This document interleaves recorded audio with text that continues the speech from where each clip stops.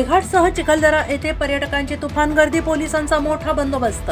अमरावती जिल्हा प्रतिनिधी. अमरावती जिल्ह्यातील मेळघाट अभयारण्य संपूर्ण भारतात प्रसिद्ध आहे. त्याचबरोबर मेळघाटातील चिखलदरा हे महाराष्ट्राचे नंदनवन म्हणून संबोधले जाते. विदर्भातील उटी थंड हवेचे ठिकाण म्हणून संपूर्ण महाराष्ट्रात चिखलदऱ्याची ओळख आहे. आणि यावर्षी जून महिन्यात पावसाने दांडी मारल्याने चिखलदरा येथील पर्यटन उशिरा सुरू झाले. जुलै महिन्यात संपूर्ण महाराष्ट्रात पावसाने दमदार हजेरी लावल्याने मेळघाटातील धबधबे ओसंडून वाहायला सुरुवात झाली. उन्हाळ्यात ओस पडलेल्या पहाडावर निसर्गाने हिरव्यागार बेली, वृक्ष आणि फुलांची चादर पसरली आहे. असा भास होत आहे. हिरवागार डोंगर, दर्या, नद्या, धबधबे पर्यटकांना आपल्याकडे आकर्षित करत आहे.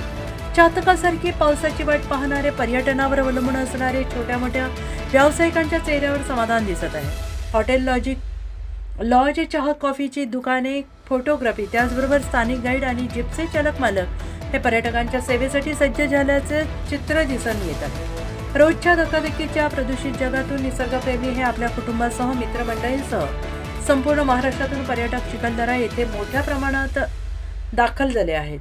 पर्यटनाला गालबोट लागू नये आणि रस्ते सुरक्षेच्या दृष्टीने आपले पोलीस बांधव आणि महिला पोलीस सज्ज झाले. पर्यटकांची गर्दी लक्षात घेता अधिक पोलीस बंदोबस्तात तैनात केलेला आहे. परतवाडा धामणगाव मार्ग चिखलदरा जाण्यासाठी मार्ग मोकळा आहे. परत येताना घटांग मार्गाचा वापर सुरू आहे. पर्यटकांची गर्दी लक्षात घेता ठिकठिकाणी पोलीस चौकी देण्यात आलेली आहे, जेणेकरून पर्यटकांना वाहन कोंडीचा त्रास होणार नाही याचा विचार करून ठोस उपाययोजना करण्यात आली आहे. चिखलदरा येथील व्यावसायिक आणि पर्यटकांच्या चेहऱ्यावर समाधान दिसत आहे.